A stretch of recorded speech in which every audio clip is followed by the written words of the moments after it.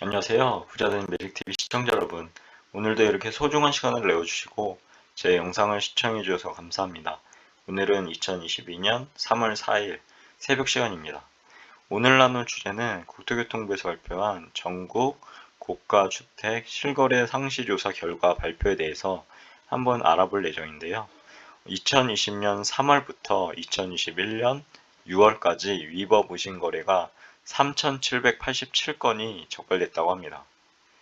국토교통부는 2020년 3월부터 2021년 6월까지 신고된 9억 원 이상 고가주택 거래 중 이상 거래를 선별하고 조사한 결과를 발표했다고 하는데요.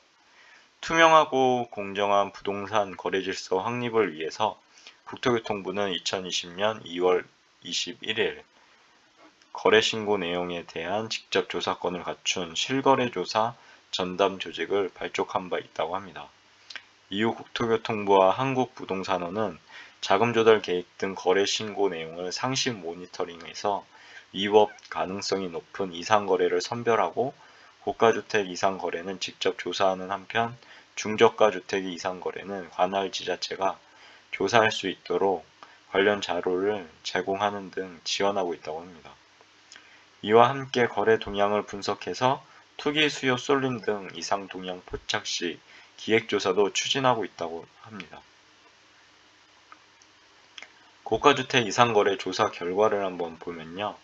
국토교통부의 실거래 조사 권한이 신설된 후에 2020년 3월부터 2021년 상반기까지 고가주택 거래 76,107건 중 자금 조달 계획, 그리고 거래 가격, 그리고 매수인 등을 종합 검토해서 선별된 이상 거래 7,780건을 조사했다고 하는데요. 조사 결과 이상 거래 7,780건 중 위법 의심 거래가 3,787건으로 3,787건으로 48.7%가 이제 적발됐다고 합니다. 조사 결과 요약이 있는데요. 한번 보시면 좋을 것 같고요. 여기 보시면은 경찰청은 통보 건수가 6건, 주요 위법 의심 유형, 법인 명의신탁이 있고요. 불법 전매 등이 있었다고 합니다. 그리고 법인 명의신탁은 5년 이하의 징역, 2억 원 이하 벌금이라고 하고요. 불법 전매 등은 3년 이하의 징역, 그리고 3천만 원 이하의 벌금이라고 하네요. 국세청에서는 2,670건으로 편법 증여나 아니면 법인 자금 유용 등이 있었다고 하는데요. 탈세 분석해서 미납 세금을 추징한다고 합니다. 처벌 규정은요. 그리고 금융위 행안부는 58건인데요. 대출 용도 외 유용 등 이제 유형이었었고 대출 분석 후 회수할 예정이라고 하고요. 그리고 관할 지자체는 1339건인데요. 계약일 거짓 신고가 있었고 업다운 계약이 있다고 합니다. 그리고 취득가액의 5% 이하의 과태료가 이제 처벌 규정이 되는 거고요. 그리고 위법 의심거래 분석 결과를 잠시 보면 적발된 위법 의심 거래 3,787건 중에 주요 유형에 대한 분석한 결과는 다음과 같다고 합니다. 편법 증여 의심 거래의 경우 전체 연령대 중 30대에서 가장 많이 적발되었다고 하고요. 10억 원 이상의 적발 사례도 다수였다고 합니다. 또한 미성년자 중 가장 어린 5세 어린이는 조부모로부터 5억 원, 무려 5억 원을, 17세 청소년은 부모로부터 14억 원을 편법 증여받은 것으로 의심된다고 합니다. 그리고 편법 대출의 경우를 보면 대출 관련 규정 위반 의심 사례가 은행이 31건 및 제2금융권이 27건으로 확인되었다고 하네요. 지역별로는 서울, 강남, 그리고 서초 등 초고가 주택 밀집 지역에서 위법 의심거래가 최다 적발되었다고 하고요.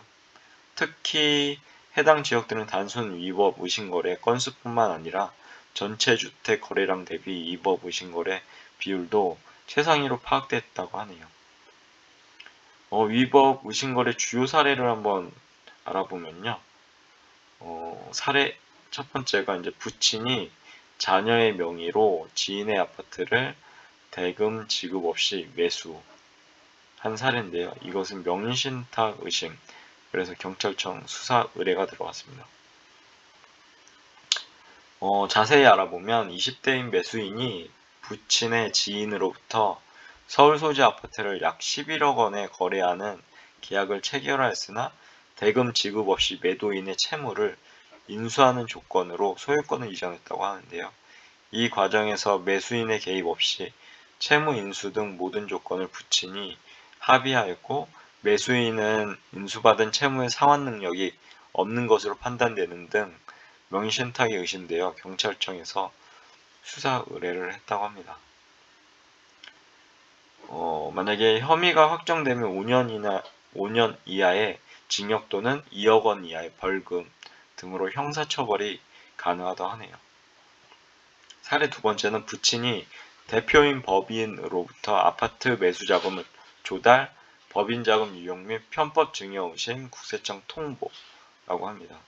서울 강남 소재 아파트를 29억 원에 매수해서 부친 대표인 법인으로부터 약 7억 원을 조달하는 등 법인자금 유용 및 편법 증여가 의심되어 국세청에 통보했다고 하는데요. 국세청은 통보자료를 분석해서 탈세 혐의가 있는 경우 세무조사를 통해 가산세를 포함한 탈루세액을 추징한다고 하네요.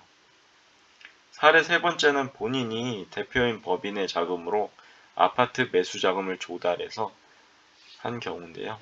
법인 자금 유용 의심으로 국세청 통보라고 합니다. 서울 강남 소재 아파트를 41억 원에 매수하면서 본인이 대표인 법인 자금으로 16억 원을 조달하는 등 법인 자금 유용이 의심되어 국세청에 통보했다고 하고요. 국세청 탈세 혐의가 있는 경우 세무조사를 실시해서 자금 조성 경위 그리고 회계 처리 적정 여부 등을 확인 후 탈루세액을 추징한다고 하네요. 사례 네 번째는 법인이 기업자금 대출을 받아 아파트 매수에 유용, 편법대출 의심, 금융기인 금감원 통보라고 합니다. 부산 소재 아파트를 29억 원을 매수하면서 기업자금 대출로 받은 30억 원 중 일부를 사용해서 대출 용도의 유용이 의심되어 금융위원회에 통보한다고 하는데요. 금융위원회는 대출 분석 조사를 통해서 유용 확정 시 대출금 회수 조치를 취하게 된다고 합니다. 후속 조치 계획도 있는데요. 한번 쭉 읽어보시면 좋을 것 같고요. 여기서 보면 상시 조사를 통해서 적발한 위법 의심 거래는 경찰청, 국세청, 금융위원회, 관할지자체 등 관계기관에 통보해서 이에 따라 범죄 수사, 탈세 대출 분석, 과태료 처분 등의 후속 조치가 이루어지게 된다고 하네요. 아무튼 오늘도 이렇게 긴 시간 동안 저와 함께 공부해 주셔서 진심으로 감사드리고요. 여기 보면은 사례들이 쭉 나와 있는데요. 해당 사례들을 보시고 혹시 자기가 해당 사례에 혹시 들어가 있진 않은지 확인하시면 좋을 것 같습니다. 왜냐하면 선례가 있기 때문에요. 만약 이게 아직 의심 거래지만 확정이 된다고 하면 그거랑 비슷한 사항은 거의 위법으로 이제 될 거거든요. 그래서 아무튼 이런 자료들도 한번 쭉 보시면 어떻게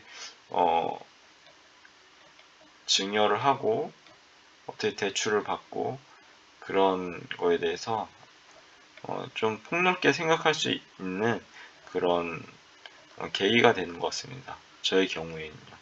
아무튼 구독자분들, 시청자분들도 해당 자료 국토교통부에 있으니까요. 꼭 다운로드 한번 받아보셔서요. 쭉 읽어보시면 많은 도움이 되실 거라 그렇게 기대되네요. 아무튼 오늘도 행복하시고요. 기쁨이 흘러넘치는 삶 살아가시길 기원하겠습니다. 이상입니다. 감사합니다. 좋은 하루 되세요.